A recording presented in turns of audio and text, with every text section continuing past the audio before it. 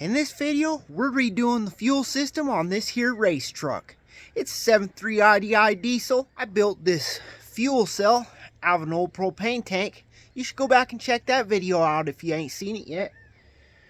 We're mounting this Facet Duralift C-Choice electronic fuel pump. Run new hose and fittings. We resealed a few injector return line caps.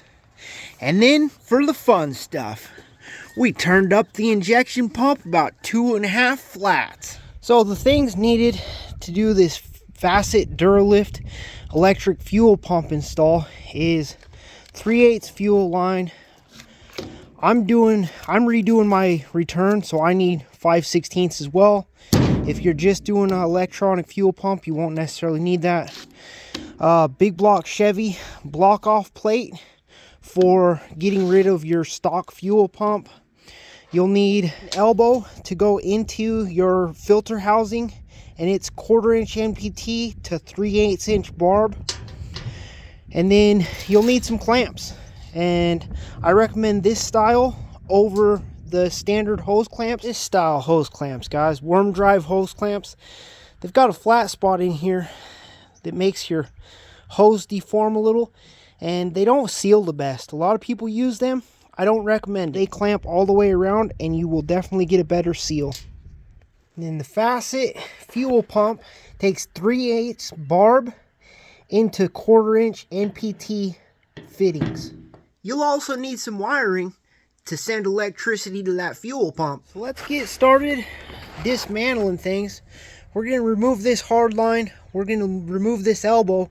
And then we're going to put an elbow into there with 3/8 barb into a 1/4 inch NPT. Just a tip, guys, a lot of people want to use that Teflon tape, and you don't want to use that on a fuel fitting because little strings can come off, go into your injection pump, and really mess things up. So you want to use the Teflon thread sealant that's liquid. Just put some of that paste on there and tighten it up. Most of you will just extend this rubber hose where it leaves the frame up and to this barbed fitting.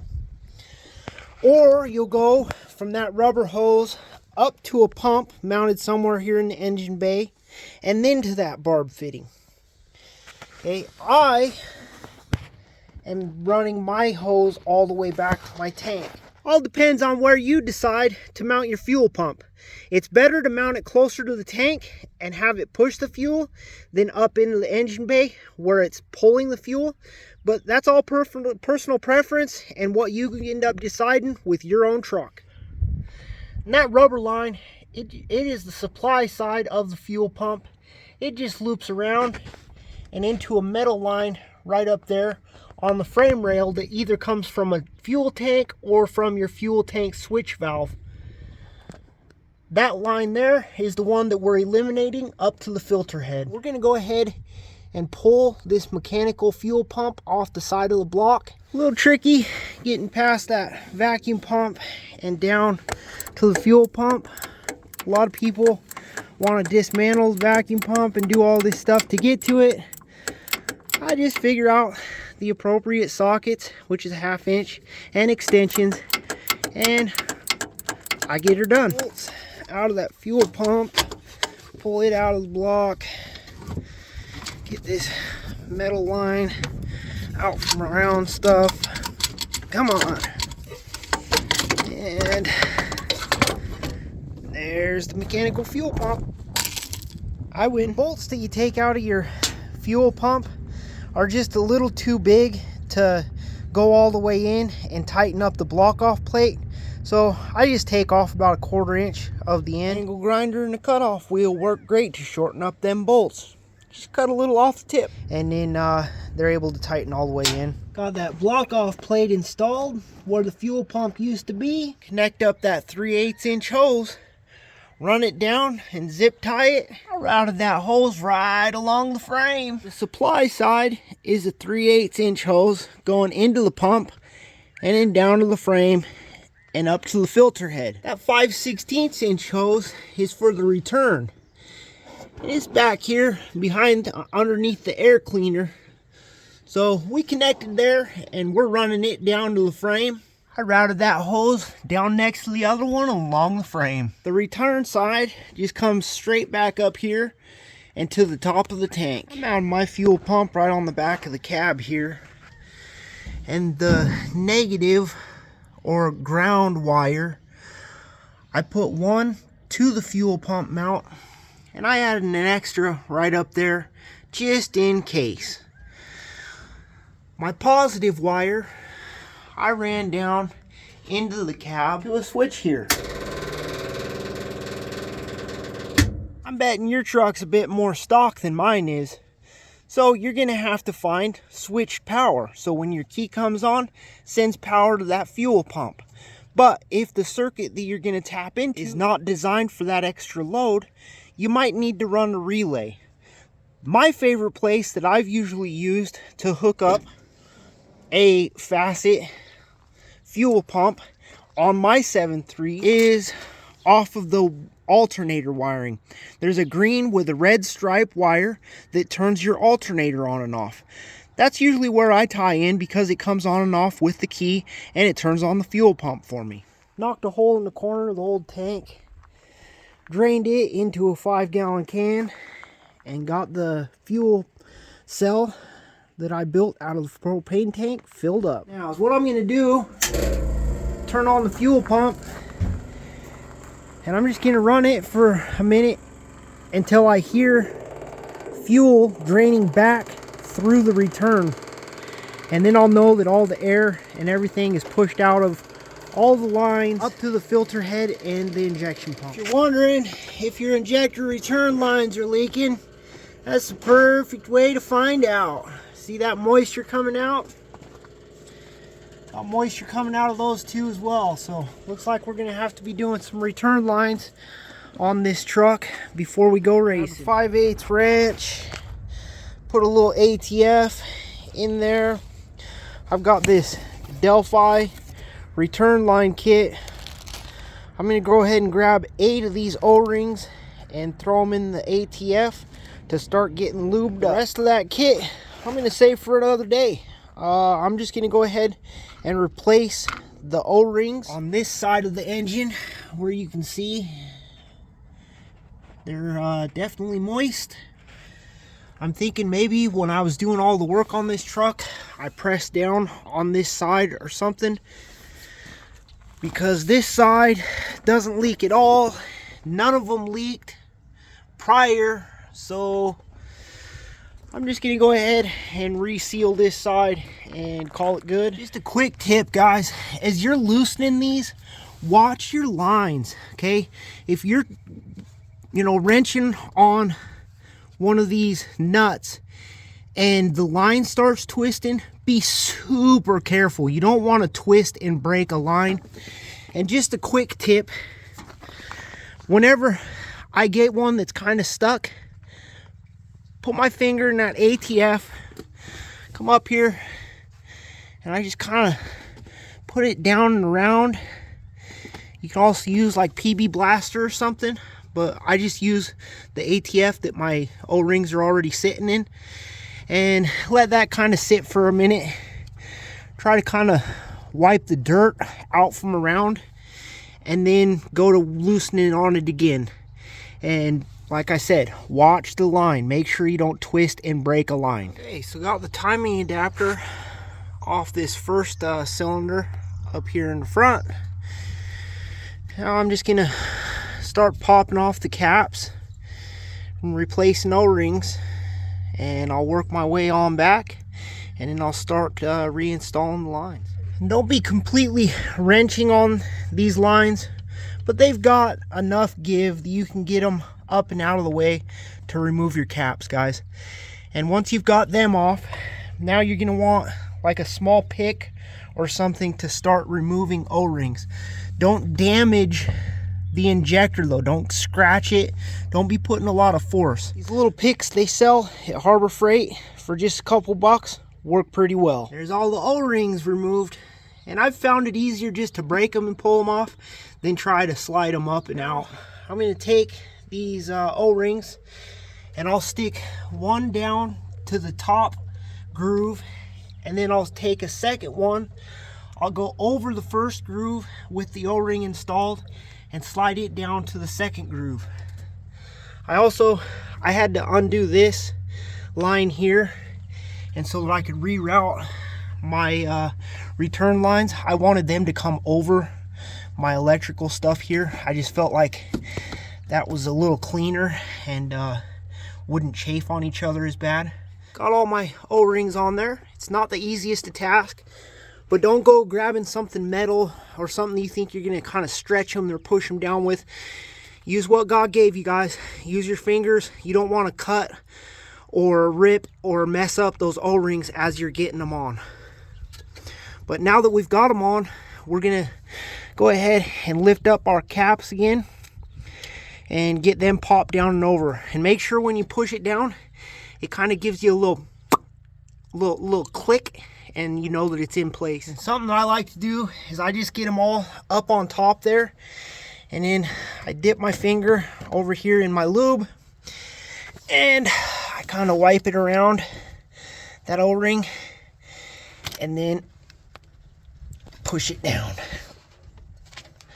So once you got all your caps popped down, now you're gonna have to kind of bend your lines a little bit, get them lined up, start threading them on. If one's threading hard, double check, make sure you're not cross threaded, guys. You might have to kind of tweak the line just a tad bit. I'm not saying put a bunch of force, but just to get the threads lined up and get it started. But they should go easy until they're pretty much snug down at the bottom, finger tight. Oh, we got those all dried up. And remember, yesterday, turned on my electric fuel pump. This whole side was peeing. Let's turn on that electric fuel pump and see what happens. Fuel pump's on. I'm not seeing none of them peeing like they were yesterday.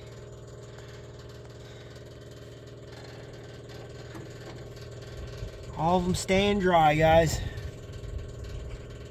Yesterday they were puddling almost instantly. Let's let that fuel pump stay on a minute, pressurize the system and make sure, but I'm putting my money where my mouth is, guys. I tell you guys, get the Delphi kits.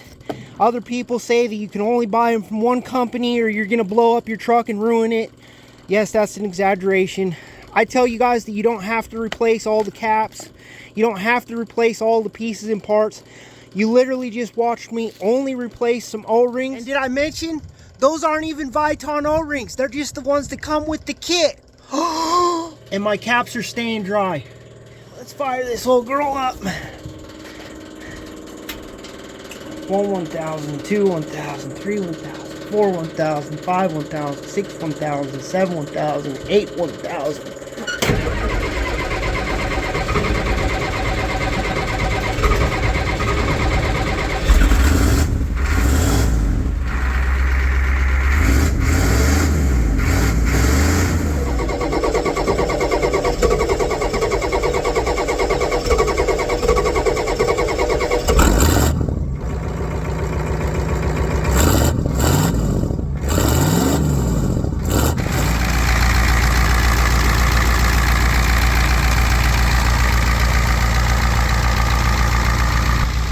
Sealed up, and she's sounding good with that cut-off exhaust. So we turned a propane tank into a fuel cell. We got our electric fuel pump mounted, ran the hoses, hooked them hoses up here. We had some leaks, got them leaks fixed. Now it's time for the fun stuff. I'm gonna take a 1/2 inch socket and take this front cover off so we can bump the engine over until we've got the dowel at the top 12 o'clock position. Then we'll use a 1/4 inch and take that cover right there off. And then we'll use a 5/32 Allen and get in there and turn the power up.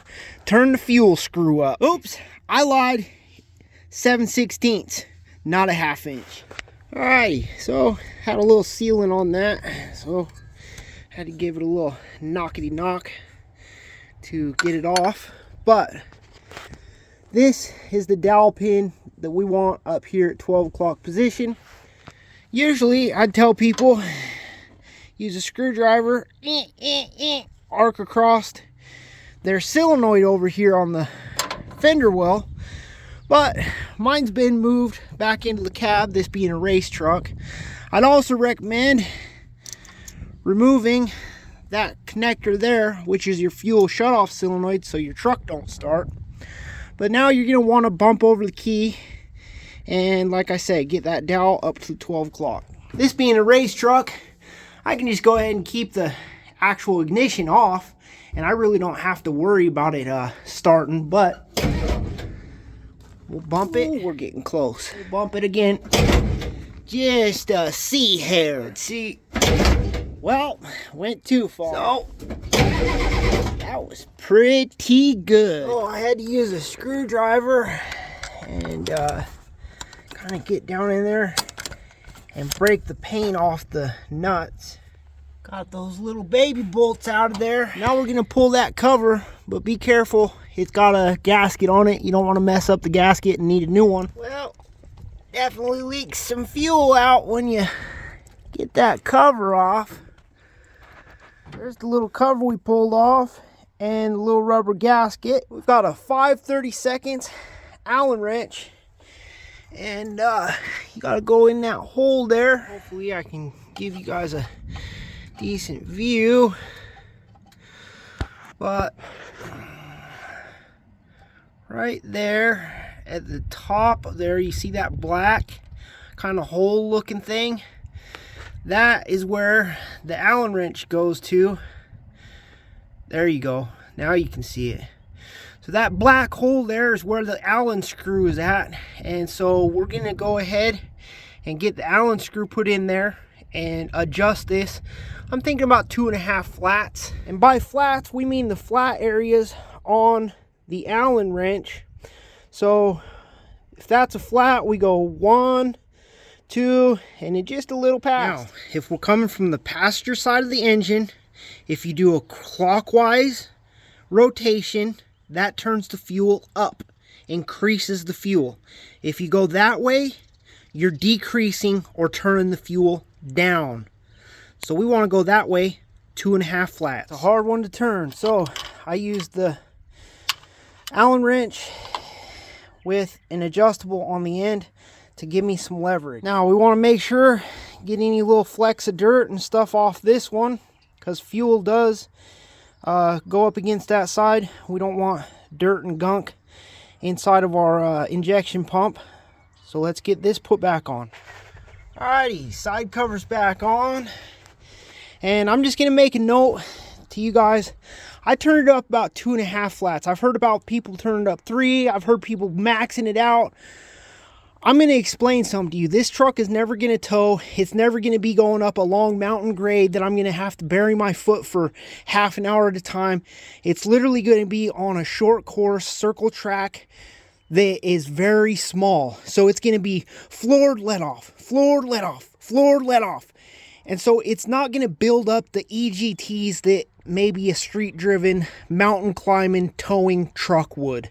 And so I'm not as worried about this and turning it up a little bit too far, because like I said, it's not going to maintain those EGTs. And EGTs, for those of you that don't know, is exhaust gas temperatures. If your engine gets too hot by adding too much fuel, you can start melting things, and liquid metal might flow right out your exhaust. Melted pistons, melted valves, melted whatevers.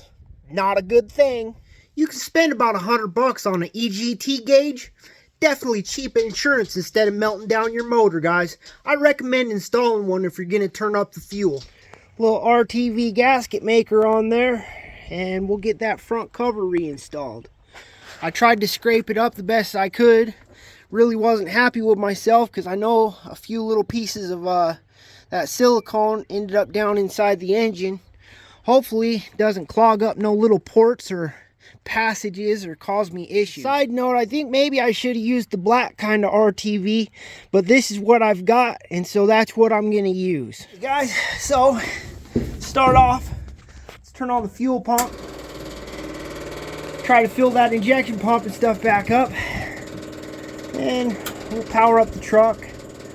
Glow plugs 1001, 1002, 1003, 1004, 1005, 1006, 1007, 1008, 1000. And start.